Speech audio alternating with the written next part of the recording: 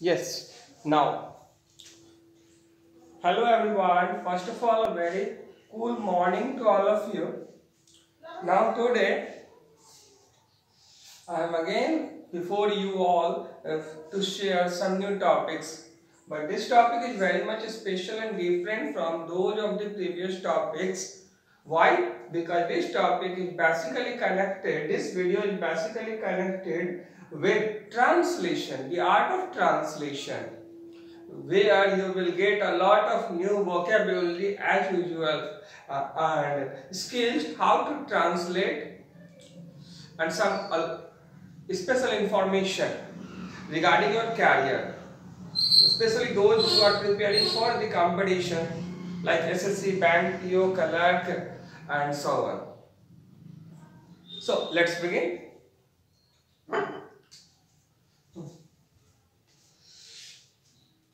Today is Friday, 26th of June 2020. The title of the topic है चलिए हम लोग अनुवाद करना सीखे। चलिए हम लोग अनुवाद करना सीखे। Tessie has use of is, am, and are. So चलिए हम लोग अनुवाद करना सीखे का आज का हमारा जो हेडलाइन है वो है Tessie has use of is, am, and are। Is, am और आर के यूज के बारे में जानेंगे। इसमें हम लोग सिर्फ अफर्मेटिव टर्म की ही चर्चा करेंगे, अफर्मेटिव पॉजिटिव टर्म की चर्चा करेंगे। I mean to say composed by Ashokananda as usual,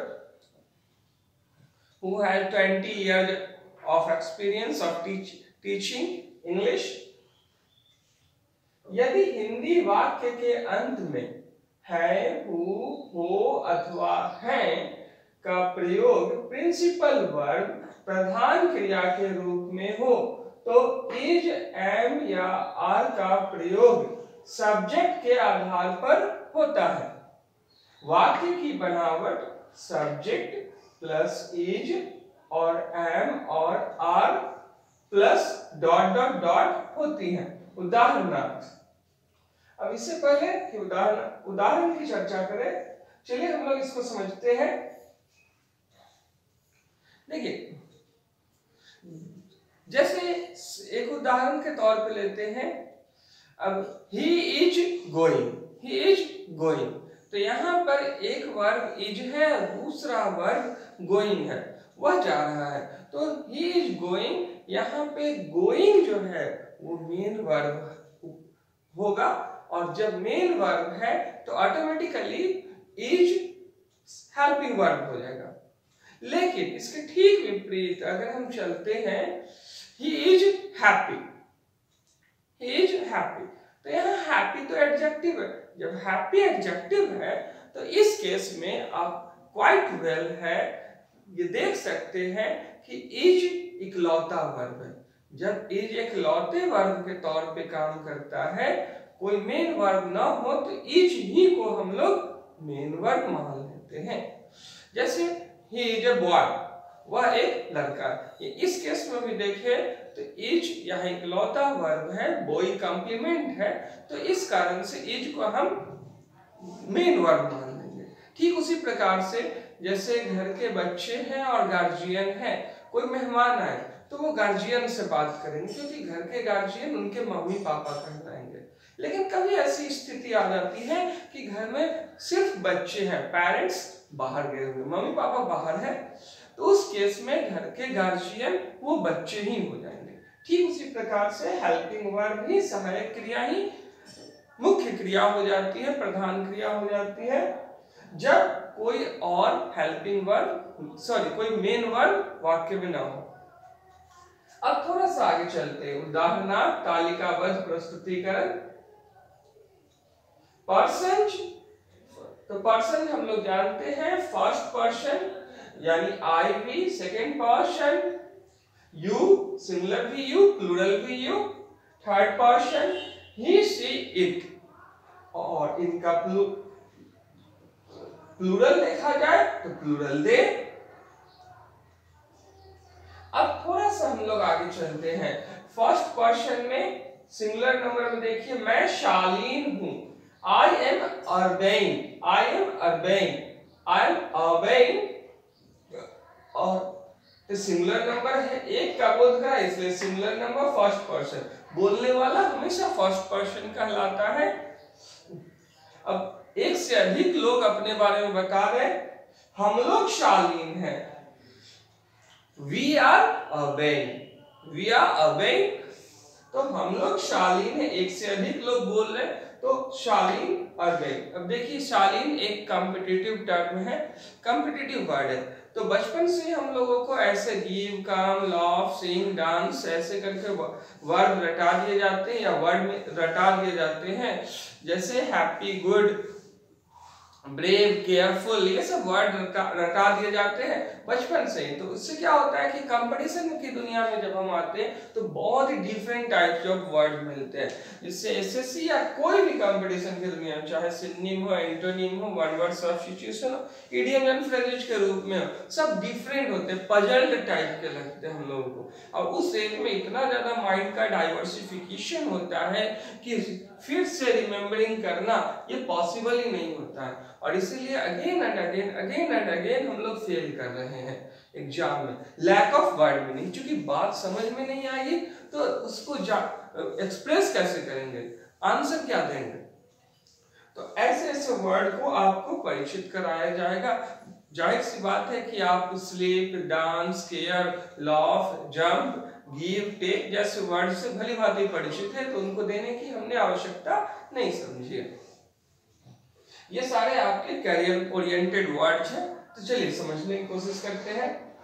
we are urbane, अच्छी वर्ड है, शालीनता, अर्बेननेस होनी चाहिए, शालीन होना चाहिए हम लोगों को। सेकंड क्वेश्चन में देखें तो तुम शालीन हो या आप शालीन है, you are urbane, you are urbane, तुम या आप शालीन हो है।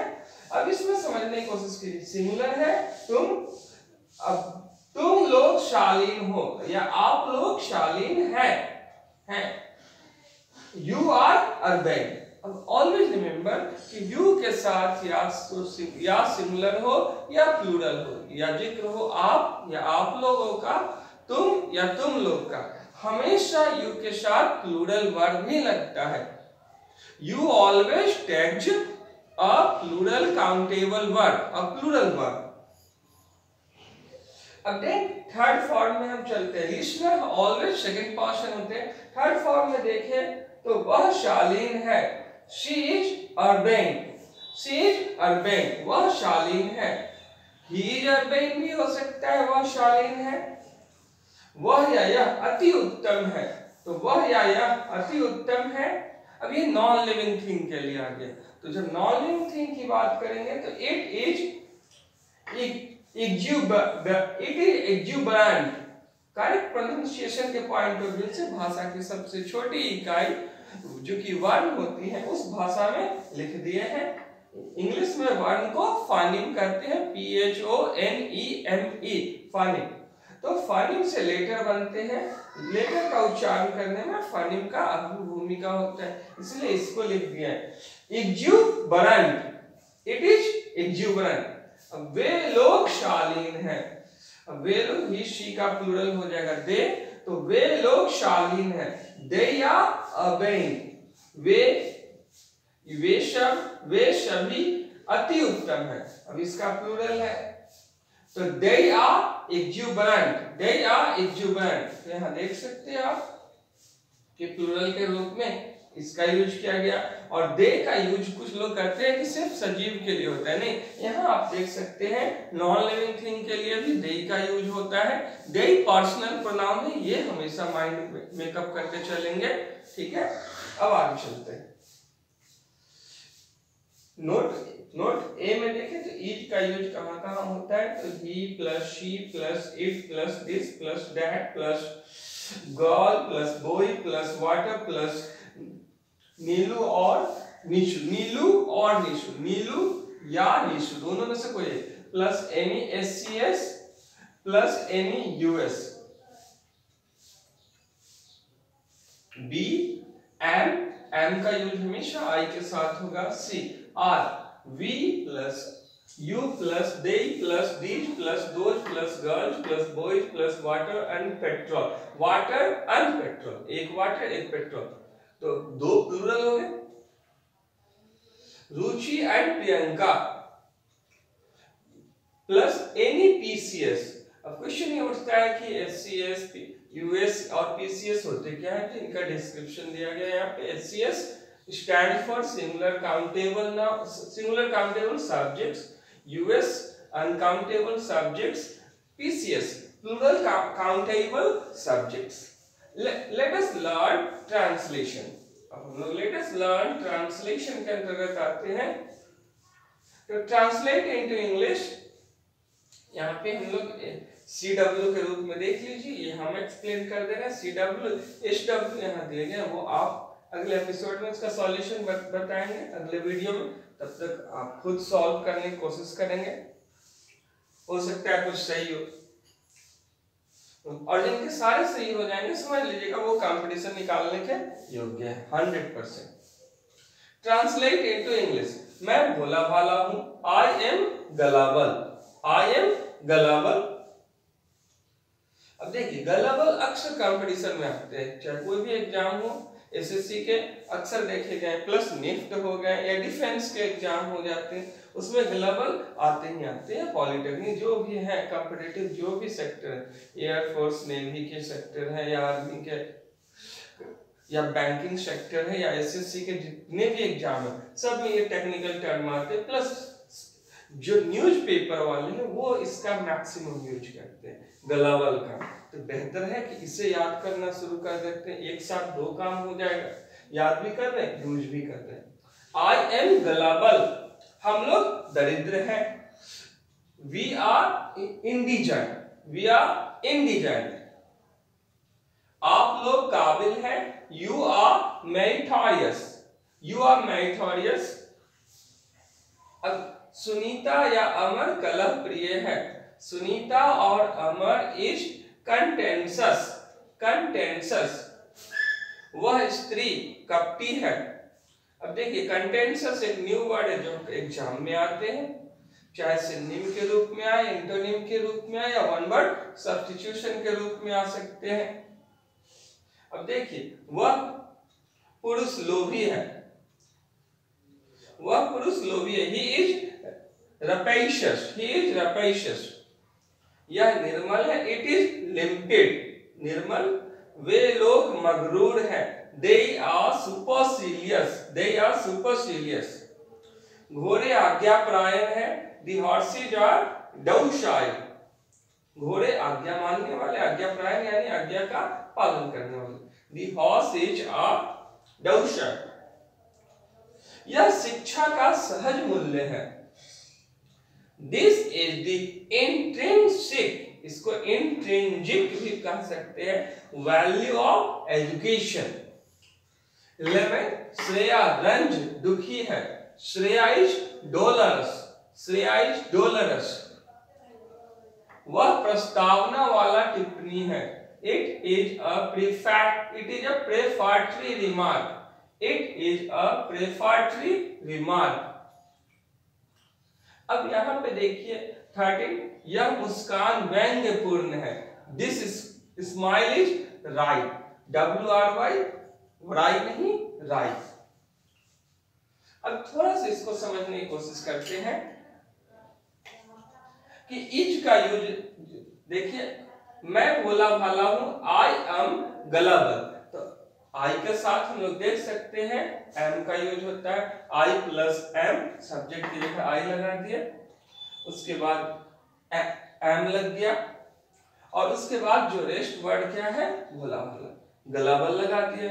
हम लोग दरिद्र हैं. वी आर इंडिजेंट, प्लूरल है. We are indigent. अब यहां देखिए वी के साथ आर लगता है, प्लूरल काउंटेबल सब्जेक्ट है, तो we plus are plus indigent, दरिद्र. आप लोग काबिल हैं. You are meritorious, you are meritorious. तो यू के साथ ऑलवेज आर लगता है, यहां देख सकते हैं.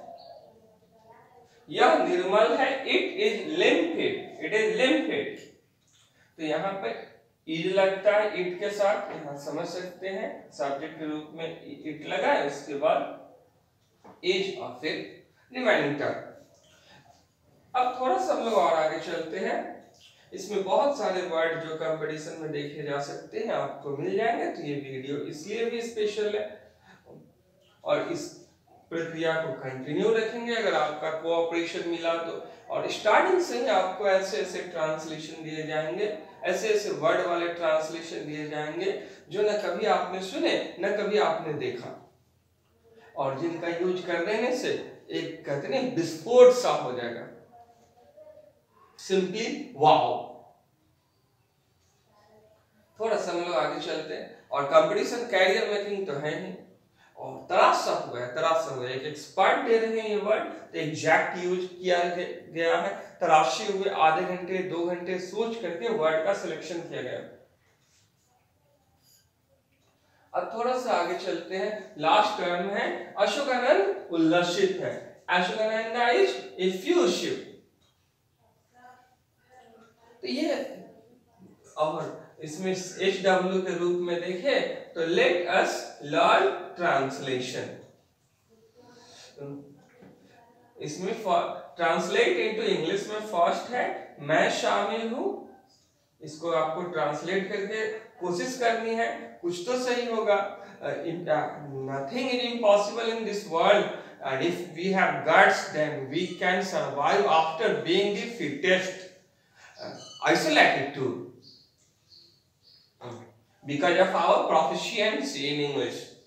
तो फर्स्ट वन मैं शामिल हूँ, नंबर 2 हम लोग सौम्य हैं, नंबर 3 मैं मेधावी हूँ, नंबर 4 मैं अज्ञात हूँ, नंबर 5 हम लोग विवेकी हैं, नंबर 6 आप लोग आक्रामक हैं, नंबर 7 आप शनकी हैं, नंबर 8 तुम लोग वाक्पटु हो, नंबर 9 तुम समझदार हो, नंबर 10 वह भड़कीली है, नंबर 11 वह चौकस है, नंबर 12 वह स्त्री उन्मत्त है, नंबर 13 रंजन निस्तेज है, नंबर 14 पल्लवी दंभी है, नंबर 15 सौरभ मरियल है, नंबर 16 कविता हतभागी। अब हतभागी से क्या तात्पर्य होता है, क्या अर्थ होता है इसका, तो जो तन्हा भी है और उदास भी है उसे कहते हैं हतभागी। Composed by Ashokanand LNG facilitator and founder. तो चलिए एक बार लास्ट में रिकॉल कर देते हैं। आज हम लोगों ने बहुत सारे वर्ड के बारे में जाना, जिनमें URBANE अर्बेन शालीन शामिल है, और उसके बाद EXUBERANT एक्जुब्रेंट शामिल है, और उसके साथ ही साथ GULLIBLE गलाबल शामिल है, हालांकि डबल एल नहीं होता है, LL ही बोलना चाहिए, MERITORIOUS मेरिटोरियस काबिल, उसके बाद कलह प्रिय CONTENTIOUS कंटेंसस कलह प्रिय, EVASIVE इवैशिव कपटी, लोभी को इंग्लिश में कहते हैं RAPACIOUS rapacious लोभी, LIMPID लिम्पिड, लिम्पिड मीन्स निर्मल एकदम स्वच्छ पावन, गंगा का जल किसी जमाने में हुआ करता था, तो नाले के रूप में पटना में तब्दील हो गई। उसके बाद DOCILE डौशाई आज्ञाप्राय, उसके बाद सहज INTRINSIC इंट्रिंसिक या इंट्रिंजिक सहज। देन श्रेया रंज दुखी है तो रंज DOLOROUS डोलरस रंज। वह प्रस्तावना टिप्पणी वाला टिप्पणी है, प्रस्तावना वाला PREFATORY प्रेफाटरी, प्रेफाटरी प्रस्तावना वाला। व्यंग्यपूर्ण WRY राय व्यंग्यपूर्ण। अब उसके बाद लास्ट है, अगर आप ये सब करते हैं तो हमें बहुत खुशी होगी। जितने लोग कामयाब होते हैं तो उनके जीवन में खुशियां फैला कर एक अलग किस्म की खुशी होती है। अब देखिए अशोकानंद उल्लसित है और हम उल्लसित हो जाएंगे स्वतः है, तो उल्लसित को इंग्लिश में कहते हैं Effusive. Effusive. Ashwagandha is effusive. Thanks a lot for the opportunity that I got. Have a nice day.